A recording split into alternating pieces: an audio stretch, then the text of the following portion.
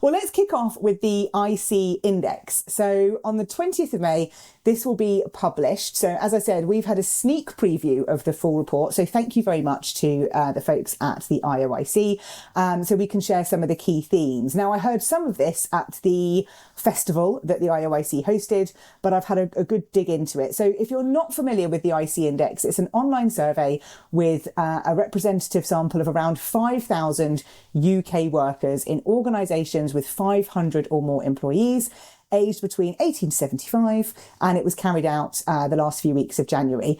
What's important here is that this survey talks to employees inside organisations. It's not talking to comms people or HR people. So we've got 6 key insights from the report and then a few other bits and pieces that I want to bring in. So 6 insights. The first is more change, less clarity. The report shines a light on the volume of organisational change increasing, but less than half of employees agree the reasons behind the change are clearly communicated, and even fewer agree their organisation is good at helping them adapt to change. They also feel like the organisation isn't honest about the impact of that change, or that their organisation listens to their views. The second is that trust in leaders has fallen. So trust in all levels of leadership has declined in the last year, with senior leadership teams really taking the brunt of that. Half of employees don't trust their CEOs or senior leaders, and older employees are less likely to trust. I'm not sure if I'm part of that bracket, but I'm going to leave that there. Leaders are out of touch. So the research says that leaders are overestimating how well important topics have been communicated. The majority of them feel the strategy has been made very clear. They've explained how AI will be used, but the data shows that that's not quite the case. This reminded me of a conversation we had in episode 41, where we talked about some survey data from Lars Hank, who was talking about the widening satisfaction gap between senior leaders and employees. And that had gone from 13% in 2022 all the way to 30% in 2026. So that's not new. We know that already, but just being reinforced. The next one is confidence in the future of the organisation. So confidence is driven by honest communication and clarity. Current work processes, the approach to AI, all of that are having an impact on how employees feel about the confidence in the future of their organisation.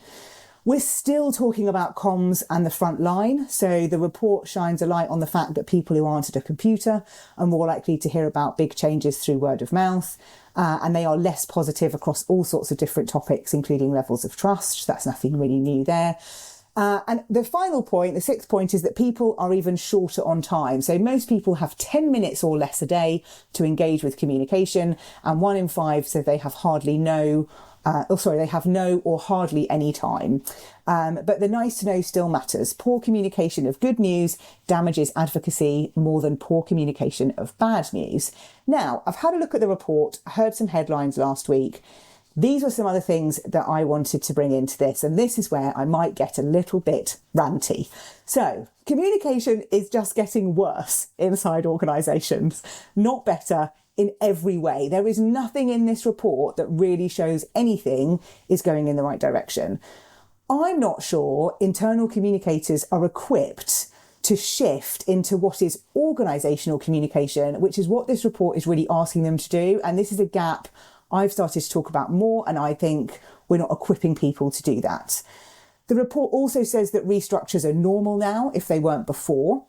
And this means we have to know how to do good comms when the message sucks. And I'm not sure we all know how to do that. There's a stat in there about managers spending 30 minutes or less a day communicating. I don't know how we're defining communicating in this context, but there is a point in the report that says internal comms professionals need to be connected into the reality of working life for all their audiences. Yes, but that has been the case for decades. So if we could, that would be lovely. The report also includes a really nice framework, actually, for understanding different personas of managers. That's really worth checking out when the report is live. Relevance is still a massive issue for comms, having the impact it really needs. But the bit I took issue with when I heard this at the festival last week, and the bit I want to kick off our debate with, is the top 5 drivers of confidence in the future of the organisation. And it was suggested that IC has a significant role and can impact 3 of the 5. These are the 5. I am connected to the people at work beyond my immediate team. The work processes in my organisation allow employees to work differently. I believe communication from my employer is open and honest. My employer has been clear on the organisational strategy and the priorities.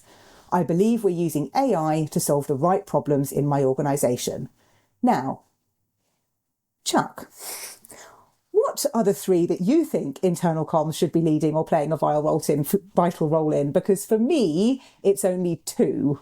And I got so enraged, I swallowed my words there. I couldn't quite get my question out. One, thanks for inviting me to the conversation, Jenny. It's great to be a part of the episode. Thanks for having me on. When I do a report, thanks for having me on. Update. I feel like now this is some kind of test. Like I've got to figure out which 2 are yours because I came up with 3.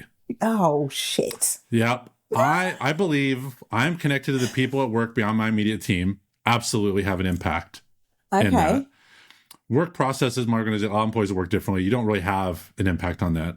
I believe communication with my employer is open and honest. Yes, I believe you play a vital role and impact that.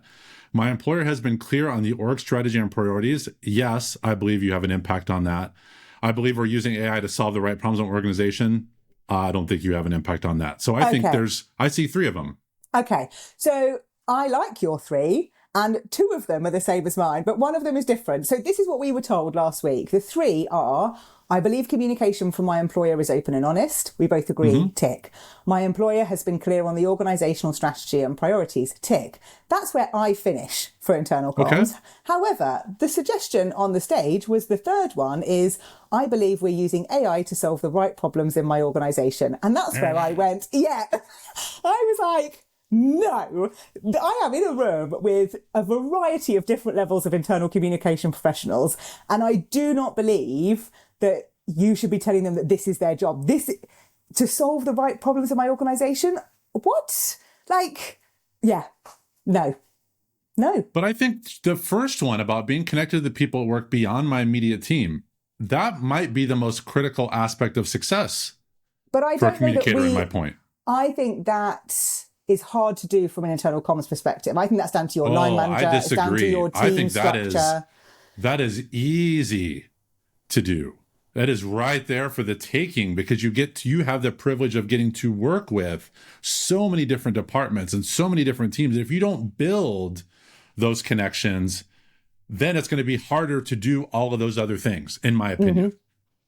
Okay, fair. I mean, we'll agree to disagree on that because I don't want to just get down a rabbit hole of which one. You can just agree that you're incorrect on it. That's what we can do.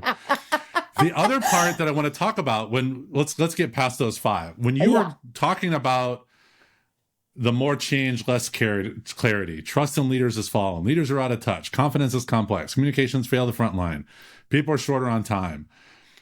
What I was thinking of was basically this is turning a mirror to life outside of work. This is now a pure reflection of what people are experiencing inside of work is the same as outside of work. Outside of work, there is way more change and so much less clarity in things that are going on around us. We see that trust in leaders in all levels of our lives has fallen. We feel they're out of touch with things, especially here in the US. Confidence. No one's confident in anything anymore. So I think what we're just seeing is that what people are experiencing outside of work is now being reflected back inside, and we've just shined a mirror to each other on it. Yeah, I don't disagree at all. We talked about the Banai world, I think, in a few other episodes. And this is where I think I have this challenge around internal communication versus organizational communication, because internal comms is the traditional internal comms of channels and content and audience and kind of aligning all of those things. Organizational comms is looking at leadership and culture and those bigger things that we are getting more involved in. But with that comes an understanding of the complexities outside of the organization and the messiness of work and life and how that all comes together.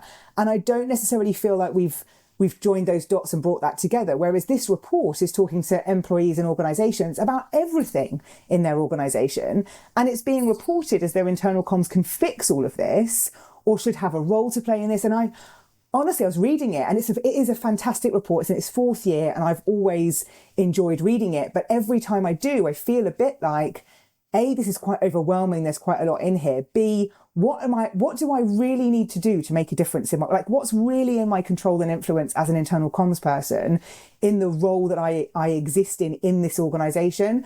And I think you could read it, feel very overwhelmed, feel like you're doing a rubbish job, and then just sit, rocking in a corner. There is a lot in there, and I think it's bigger than internal comms, and I feel like there's a pressure being put on internal comms people to fix a lot of stuff that is bigger, more societal, reflective of what's going on everywhere.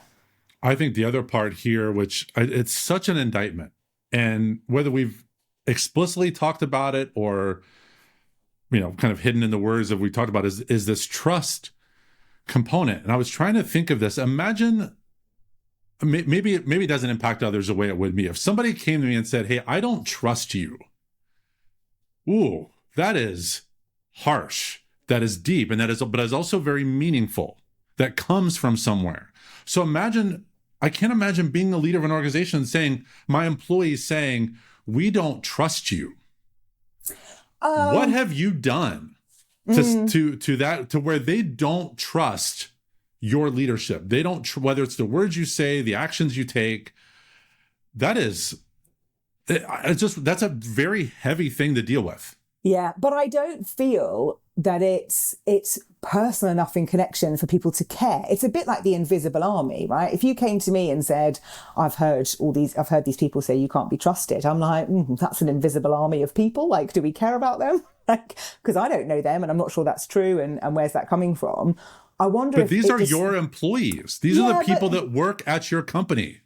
But I think if it doesn't feel like they are real people. Whereas if you came in and said, look, I was having a chat with Janet, she explained the situation to me, it's had an impact, she said it's, leading her to not trust you. That's a very different conversation to all of these people, which I think makes it harder to care about. And I'm not saying that's right. I wonder if there is an element of facelessness to an organization with the remote, with the hybrid, with the size that makes it feel less meaningful than if you have a name and a person and someone sitting there and saying to you, I don't trust you. That's very different to 80% of the organization feel that you can't. Do you know what I mean? It feels slightly colder. I see what you're saying, but I actually think if let's pick on Janet. Sorry, Janet, if you're listening, whoever Janet is. If Janet doesn't trust me, then I feel like if I wanted to, I could have a conversation with Janet and come up with a way to rebuild that trust. This invisible army you talked about, which also happens to be your employees at this company, you can't have that conversation. So you've done with every single person. So you've done something. The organization has done something to say that the people that are often the face of your organization, the ones making the magic happen, do not trust you. That is such an indictment that I can't believe a leader would not care. And what is that? If they do not care, what does that then say about them? But again, I think you can bat it away. I think you can say, or you can tell yourself the story of, this isn't really about me, because no one's going deeper into that. We're just, 80% of the organization doesn't trust you. To your point, what has happened to get there? You have to go and find that out to then be able to have the conversation to go, look, this is what the numbers are saying. This is why these numbers are here. We've diagnosed what's behind them, and this is how we're going to fix it.